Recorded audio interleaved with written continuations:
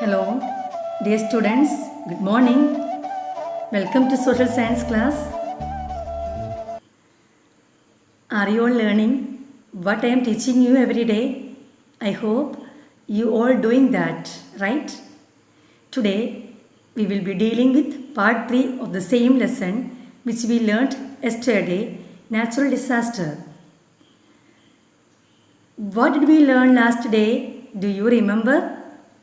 Yes, we learned about flood. What is flood? Will you be able to say? Yes, floods occur when the water in a river rises and overflows onto the river banks.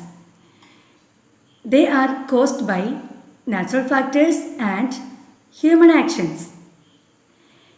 As we know that natural disaster causes widespread destruction of life and property.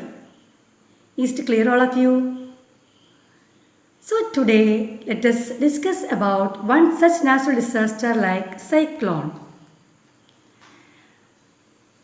Have you heard about cyclone?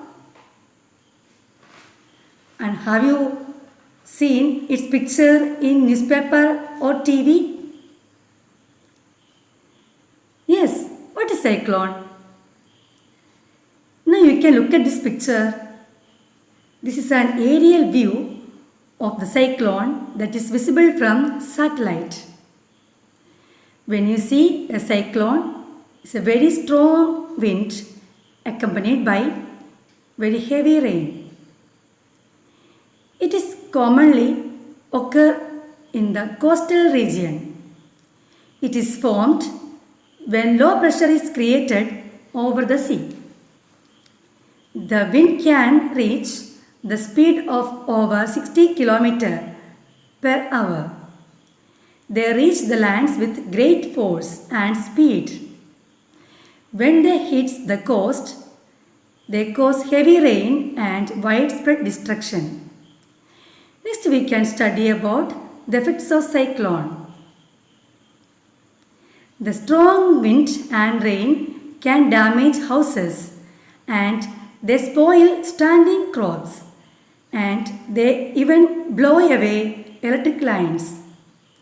Cyclones bring high tides of water along with them that destroy both life and property. The trees get uprooted and the buildings collapse.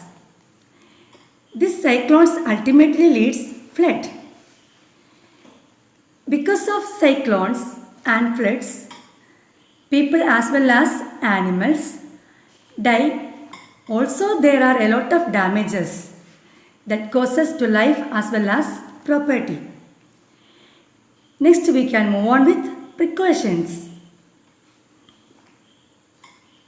Now, weather forecasters often can predict a flood or cyclones because they are monitoring the earth from above through satellite and they know the kinds of movements of air and water that happens around us and they see that there are cyclones approaching.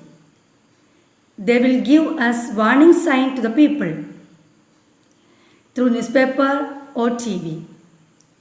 So people prepare and get ready to move their animals and other belongings to a safer places. Keep a bag ready with set of dry clothes, documents and medicines and be prepared to leave home at short notice. Sometimes they themselves move but crops get damaged. When cyclones or floods happen, rescue teams take position. Now I am concluding today's topic with a summary. Cyclones are very strong winds accompanied by very heavy rain. It commonly occur in coastal areas. It reaches the land with great force and speed. It causes heavy rain and widespread destruction. That's all for today's class. Hope you all have understood this class. Thank you and have a good day.